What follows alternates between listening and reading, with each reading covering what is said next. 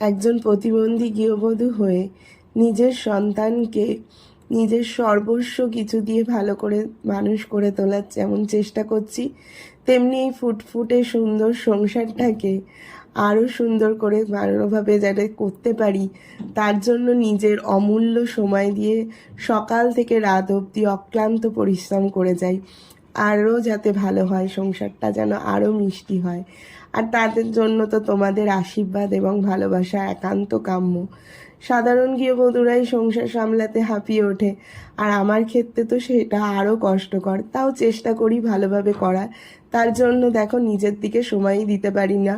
রাত 10টা বাজে এখন এসছি, সারাদিন চিরুনি দিতে পারিনি চুলে, এখন চুল বাঁধলাম, বেঁধে ঘরবাড়ি একটু ঝাঁট দেবো, মেয়েকে পড়াচ্ছিলাম। তারপরে রাত্রিরে খাওয়া দাওয়া, সেই রাতে গিয়ে বিশ্রাম নেব। তো এইভাবে করে যাচ্ছি, তোমরা একটু পাশে থেকো যেন ভালোভাবে চলতে পারি, আশীর্বাদ করো।